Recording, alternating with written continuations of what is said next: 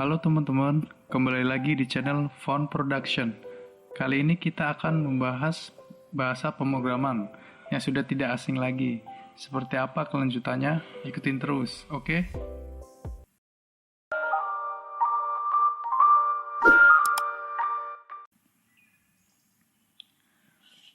Oke, langsung saja. Kali ini kita akan belajar bahasa pemrograman Python. Apa sih bahasa pemrograman Python itu? Terus, kenapa kita harus belajar bahasa pemrograman Python? Yang pertama, mudah dimengerti. Apa iya Python mudah dimengerti? Sekalipun oleh kalangan orang yang tidak mempunyai basic pemrograman sekalipun. Masa sih?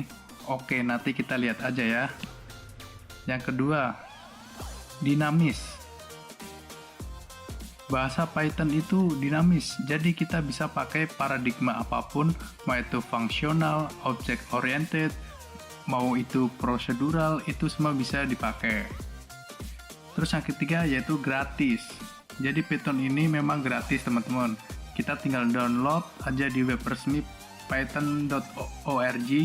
Tidak seperti bahasa lain yang mungkin harus berbayar seperti Java SE, itu harus langganan, atau MATLAB itu harus berbayar gitu ya teman-teman. Yang keempat, Python itu sangat multiplatform ya. Yang pertama bisa dipakai di mobile apps, kedua di web development, ketiga bisa dipakai di server, yang keempat di desktop apps. Jadi komplit sudah ya si Python ini teman-teman. Terus yang kelima, ini alasan yang terakhir, mungkin karena tugas kuliah. Jadi alasan ini kenapa kita harus belajar Python. Mungkin karena teman-teman mengambil perkuliahan di jurusan IT dan harus belajar Python. Nah, gitu ya.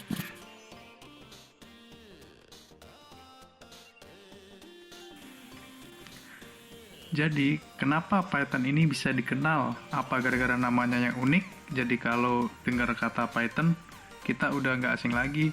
Tidak seperti bahasa C, C#, atau Java yang bahasanya aneh gitu. Mungkin tidak ya teman-teman. Jadi kenapa? Oke, sekarang kita akan membandingkan codingan menggunakan bahasa Python dengan bahasa yang lain. Kita akan mencoba mengeluarkan kata Hello World. Yang pertama, kita akan mencobanya di bahasa pemrograman C++. Jadi seberapa banyak sih script atau codingan yang hanya untuk menampilkan kata Hello World? Oke, mari kita lihat. Kayak gini teman-teman ya, banyak banget yang hanya untuk menampilkan kata Hello World. Mungkin orang yang baru mau belajar C++ udah pusing duluan ya. Di situ ada include IOStream, ada integer main. Di situ ada include IOStream, ada int main, kurung kurawal, ada std, cout, pokoknya banyak banget ya. Terus yang kedua, bahasa Java. Di bahasa Java ini untuk menampilkan kata Hello World membutuhkan codingan seperti ini, teman-teman. Iya, banyak juga ya, teman-teman. Di situ ada class main, public status, void main, ada string. Makanan apa itu string ya? Odading mengoleh. Terus ada sistem out print. Jadi kita pusing juga ya, teman-teman. Nah, yang terakhir ini adalah bahasa Python. Kita lihat, oke? Terus bagaimana dengan si Python ini sendiri untuk menampilkan kata Hello World? Itu sangat-sangat simple ya. Terus bagaimana? Oke, kita lihat saja. Seperti itu teman-teman, sangat gampang. Bukan gampang sekali ya. Jadi seperti itu. Kenapa Python sangat populer dan dikenal di kalangan orang yang tidak memiliki basic pemrograman sekalipun. Jadi siapa sih orang yang membuat bahasa Python yang sangat mudah dipahami ini? Nah, ini orangnya teman-teman. Ganteng abis ya. Jadi siapa namanya? Dia adalah Guido van Rossum, teman-teman ya. Dia adalah seorang programmer. Dia si penemu bahasa Python ini. Kapan ditemukannya? Semua berawal di tahun 1989. Sudah sangat lama sekali ya, teman-teman. mungkin kita pada saat itu masih dalam proses perencanaan ya. Jadi awalnya dia bekerja sama dengan Andrew S. Tannenbaum, berasal dari Vrije Universiteit Amsterdam. Dia bekerja sama untuk pembuatan operating system Amoeba, semacam server networking distributed disatuin menggunakan bahasa Python ini, teman-teman.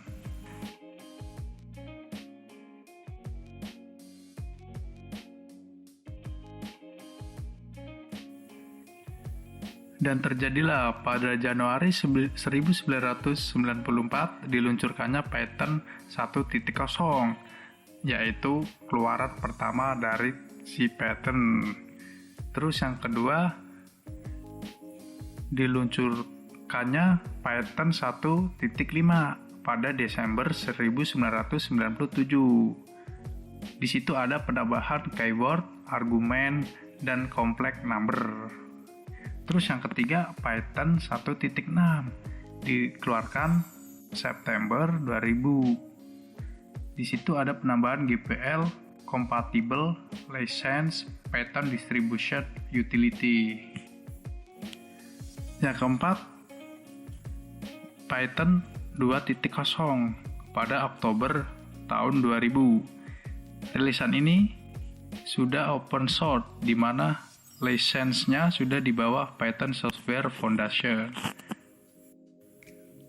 Yang kelima, Python 2.0 pada Desember tahun 2001. Di sini ditambahin kayak semacam tipe bahasa C, juga ditambahin kelas untuk si Python ini. Yang keenam, Python 2.5 pada September 2006. Di situ ditambahin void statement. Pasti teman-teman sudah nggak asing ya yang sudah belajar bahasa Python dengan keyword void sama statement ini. Terus Python 2.7 pada Juli 2010. Di situ merupakan final dari Python 2.x ini, teman-teman. Jadi katanya Python 2.7 ini sudah final sebenarnya, teman-teman. Tapi masih di backup oleh development hingga 2020. Itu selesai sudah. Terus pada tahun 2008 itu sebenarnya si Python ini dikeluarin lagi yang 3.0, teman-teman, pada Desember 2008. Semua desain segala macam bentuk banyak pembaruan di situ, teman-teman. Nah, terus yang ke-9 Python 3.1 pada Juni 2009. Di sini ditambahin format string dan order dictionary juga. Yang ke-10 Python 3.2 pada Februari 2011, teman-teman. Di situ ada stable EBI. Apa itu artinya? Yaitu agar paket atau modul di versi yang sebelumnya bisa dibaca pada versi yang lain. Gitu, teman-teman.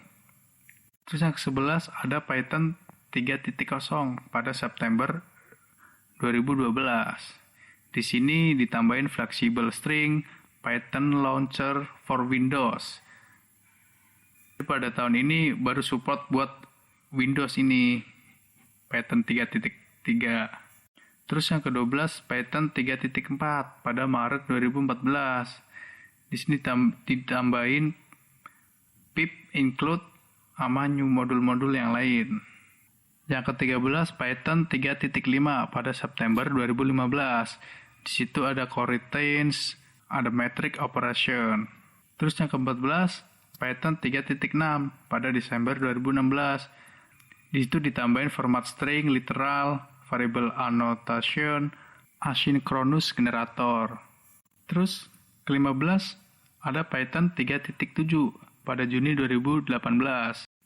Di situ ditambahin postpone evaluation of type annotation. Yang ke-16 ada Python 3.8 pada Oktober 2019.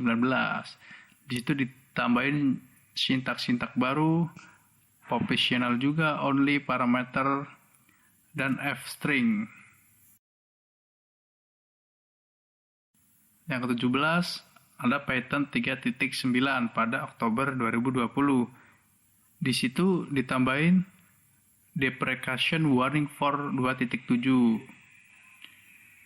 Di tahun 2020 Oktober nanti versi 3.9 ini akan rilis dan ada tambahan warning untuk versi 2.7 yang tadi itu teman-teman.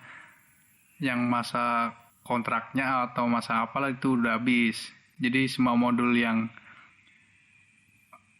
ada di 2.7 itu semuanya akan hilang di tahun yang akan datang. Jadi seperti itu ya teman-teman sejarah panjang perjalanan si Python ini sampai sekarang. Oke, berhubung saya juga udah capek ngomong teman-teman, Goblok. mungkin cukup sekian saja dari saya untuk pengenalan dan sejarah Python. Dan nanti untuk video selanjutnya kita akan belajar menginstal Python agar bisa digunakan. Oke, teman-teman, sekian dari saya. Terima kasih. Odading mengoleh. Rasanya anjing banget.